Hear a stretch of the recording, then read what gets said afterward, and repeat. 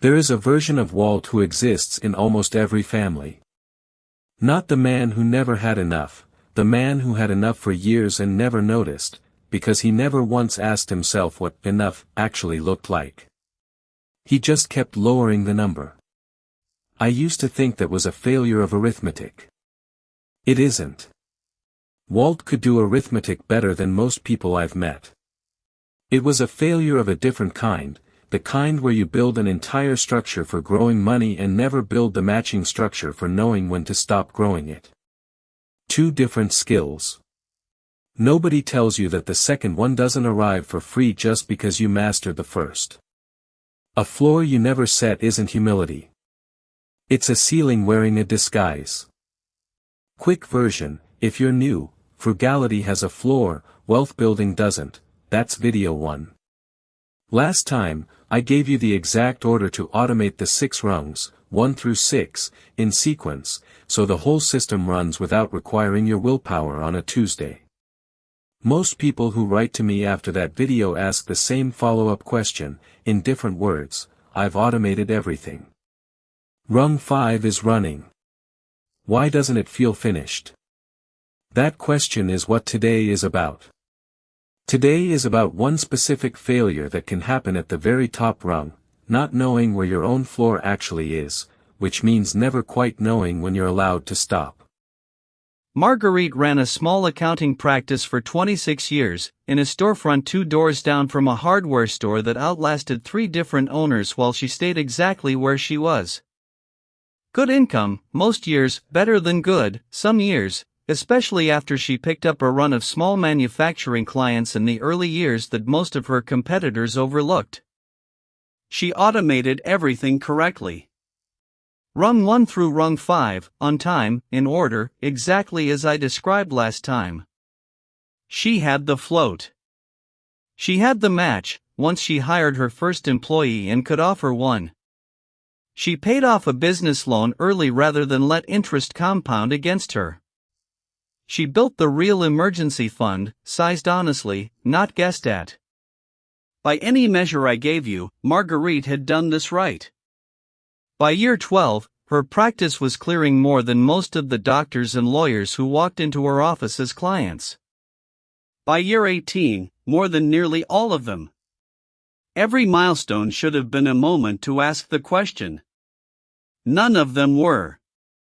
She told me once that she remembers exactly where she was, a diner booth, ironically, much like the one from video 1 when her accountant, her own accountant, the one she paid to watch her numbers, said, almost offhand, "You know you don't have to keep doing this at this pace." She laughed it off. Not because she disagreed. Because she had never once considered it a live question. There was a kitchen, too, in the small house she'd owned outright for over a decade, a stove older than her newest hire, a slow leak under the sink she patched twice a year instead of replacing once. Not because she couldn't afford to replace it. She could have replaced it 4 times over without the withdrawal ever showing up as a number she'd notice. She patched it because patching was the number she had always operated by, and she had never once sat down long enough to ask whether the number still described the woman writing the check. The leak got fixed. Eventually, the week her niece visited, saw it, and simply called a plumber herself without asking permission, the way you do for someone who has clearly stopped seeing the thing in front of them. And she never once used rung 6. Not because she couldn't. Because she never asked herself the one question that makes rung 6 possible: what number, specifically, is enough? Without an answer, more was always, by definition, better, and more is better, unexamined, is not ambition. It is a treadmill with the stop button removed. I want to be precise about what she did wrong, because it is easy to mistake this for a story about greed, and it isn't. Marguerite gave money away to her church, to a scholarship fund at the community college, generously, on a schedule. Generosity was never the gap. The gap was that even her generosity was uncapped, unexamined, running on the same treadmill as everything else, a percentage, not a number. A percentage of an ever-growing figure grows forever too. It never once forced her to ask what enough giving looked like, any more than it forced her to ask what enough keeping looked like. At 61, with a number in her accounts that would have startled her 28-year-old self into disbelief, Marguerite still ate lunch at her desk to save the $12 a restaurant would have cost. Not from need. From a floor she had never located, and so had never permitted herself to stand on. 26 years of rung 5, running perfectly, aimed at a target that was never named, which meant, in practice, that it was never reached, no matter how large it grew. Contrast Marguerite with a man named Desmond, who ran the parts counter at a farm equipment dealer for 31 years, a far smaller income, most of those years, than Marguerite ever saw. He never owned the dealership. He never wanted to. He knew, by his own account, more about hydraulic fittings and combined header assemblies than almost anyone in 3 counties, and he built no ambition on top of that knowledge beyond doing the job well and going home. At 35, Desmond did something almost nobody does. He sat down and wrote out, in specific numbers, what his life needed to cost for him to feel finished striving. Not a guess. An actual figure, revisited every few years as his life changed. He wrote the first version of that number on the back of a service invoice, sitting at his own kitchen table, because it was the paper closest to hand and he didn't want to lose the thought before he'd committed it to something permanent. He kept revising it, a child born, a mortgage paid off, a diagnosis in the family that changed what health needed to mean in the number, but he never once let it go unnamed for more than a couple of years at a stretch. That habit alone, revisiting a number he'd already written rather than avoiding the whole exercise a second time, is most of the difference between Desmond and everyone who tries this once and quietly gives up. When Desmond's number arrived later than he expected, but it arrived, he did something Marguerite never did. He stopped. Not stopped working entirely, but stopped optimizing past the number he'd already named. He kept the job at the parts counter 2 more years after he could have walked away, because he liked the men he worked with and the seasonal rhythm of it, but he stopped picking up the overtime shifts he used to take without thinking. He took his grandchildren to the coast every summer, the same 2 weeks, booked a year ahead, non-negotiable on the calendar the way a mortgage payment is non-negotiable. He replaced a truck he didn't strictly need replaced, because the old one rattled on cold mornings and he decided, in advance, that this was exactly the kind of thing his number was for. He gave money to a nephew starting a business, while he was alive to see it used, rather than after his death when the gift would only be a number in probate, a distinction he cared about more than almost anything else, he told me. The number was tested only once, seriously, about 4 years after he'd stopped optimizing past it. A distant cousin passed, unmarried, no children, and left Desmond a sum larger than anything he'd guessed his whole working life would produce on its own. Plenty of men take a windfall like that as a signal to raise the number, to decide, quietly, that finished must have meant something smaller than it turns out to mean now that more has arrived. Desmond didn't revise the number up. He revised it sideways, more for the nephew's business, a fund for a great-grandchild not yet born, the beach trip extended by 3 days instead of the number growing to hold on to the money for its own sake. The floor stayed exactly where he'd drawn it. Only what stood on top of it changed shape. Desmond wasn't less disciplined than Marguerite for 31 years. He was equally disciplined, aimed at a target he could actually name, which is the only kind of discipline that knows how to end a race instead of just running it. That is the entire difference between a floor and a ceiling you mistake for humility. The myth is that enough will announce itself, that at some natural point, a feeling of sufficiency will simply arrive, uninvited, once you've saved long enough, invested successfully enough, run the treadmill well enough. It will not. I have sat across from people with more money than they could spend in 3 lifetimes who could not answer the question, what is this all for, not because they hadn't thought about it, but because they had spent decades assuming the answer would present itself once the number got big enough, and it never did, because that isn't how the feeling of enough works. It isn't a temperature the account reaches on its own. It's a line you draw, on purpose, with a pen, before the number gets there, because they had spent decades building a ceiling-free ledger and never once, on purpose, built a floor to land on. One of those people, a man who'd sold a manufacturing business for a sum I won't repeat, told me he still felt, most mornings, like he was 2 good years away from being secure. 2 good years, after decades of good years already banked. That isn't a math problem. Nobody can solve that with better returns.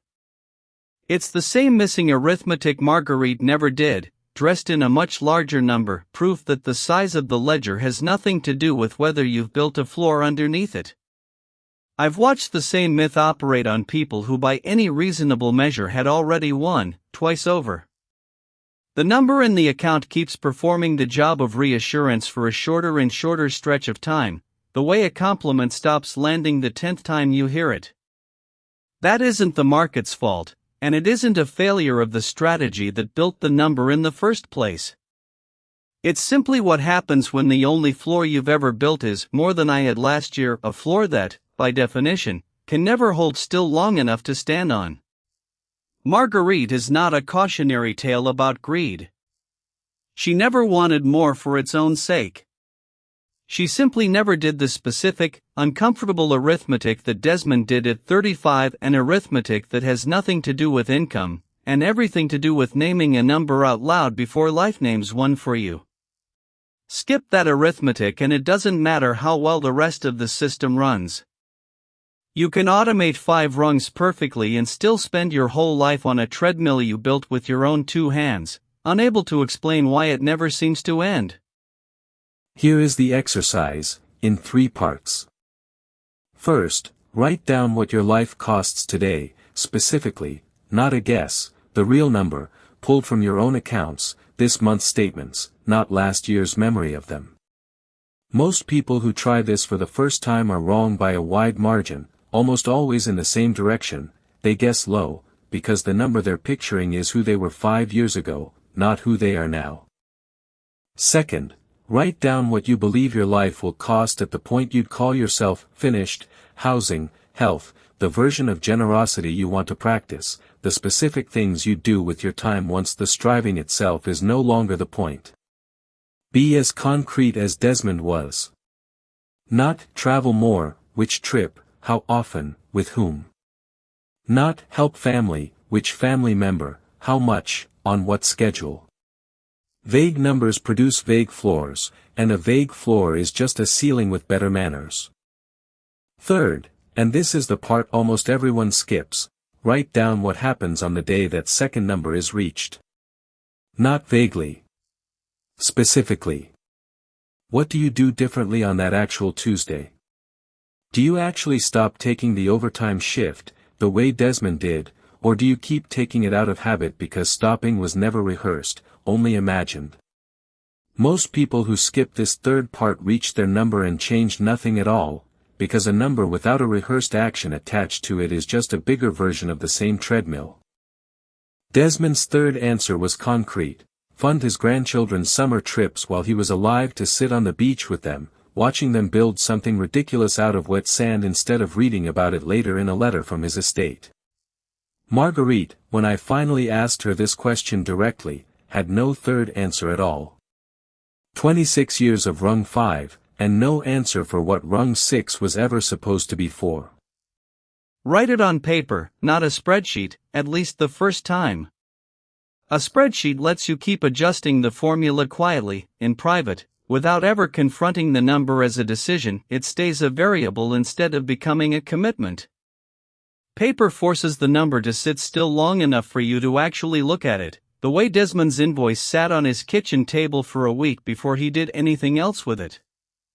You can move it to a spreadsheet afterward, to track it, to revise it on schedule. But the first time, let it cost you the discomfort of ink.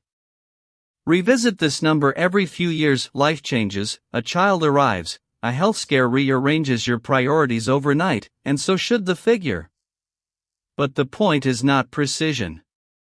Nobody gets the number exactly right on the first attempt, or the third. The point is that a number exists at all, sitting somewhere you can see it, written down, dated, revisable, instead of a ceiling that keeps sliding upward every time you get close, staying permanently, conveniently, just out of reach. Someone watching this is thinking, isn't this just an excuse to stop pushing myself? It is the opposite. Desmond pushed for 31 years toward a target. Marguerite pushed for 26 years toward nothing in particular, which is a much harder, much lonelier kind of pushing, because a treadmill offers no finish line to organize your effort around. A floor doesn't lower your effort. It gives your effort somewhere to land. Someone else watching this is thinking, what if I name a number and then life changes and it's wrong? It will be wrong. Desmond's first number, written on the back of that service invoice at 35, was wrong by the time he was 42. He told me so himself, without embarrassment. A number you revise on purpose, in daylight, is not a failure of the exercise. It's the exercise working exactly as intended. The only number that stays permanently wrong is the one you never wrote down in the first place, because an unnamed floor can't be revised, it can only keep sliding, silently, the way Marguerite's did for 26 years. A third objection, quieter than the other two: what if I hit my number and discover I don't actually want to stop? Then you don't stop, but now you know that, on purpose, instead of assuming it by default the way Marguerite did for 26 years without ever checking. Desmond himself kept the parts counter 2 more years past his own number, for exactly this reason. The number was never a mandate to quit. It was a permission slip to choose, consciously, instead of drifting forward on momentum alone. That's the ceiling you can't see, until you go looking for it on purpose. It was there for Marguerite the entire time, the same way Walt's was, built one reasonable decision at a time, never once examined because it never announced itself as a ceiling. It just felt, every single day, like more discipline. Write your 3 numbers this week. Not someday. This week, on actual paper, in your own handwriting, the way Desmond did on the back of that invoice. If you want to know what happened when Marguerite finally did the exercise, at 61, decades later than Desmond, whether a floor found late is still worth finding, or whether some ceilings, once built high enough, stop being worth tearing down, that's where I'm going next.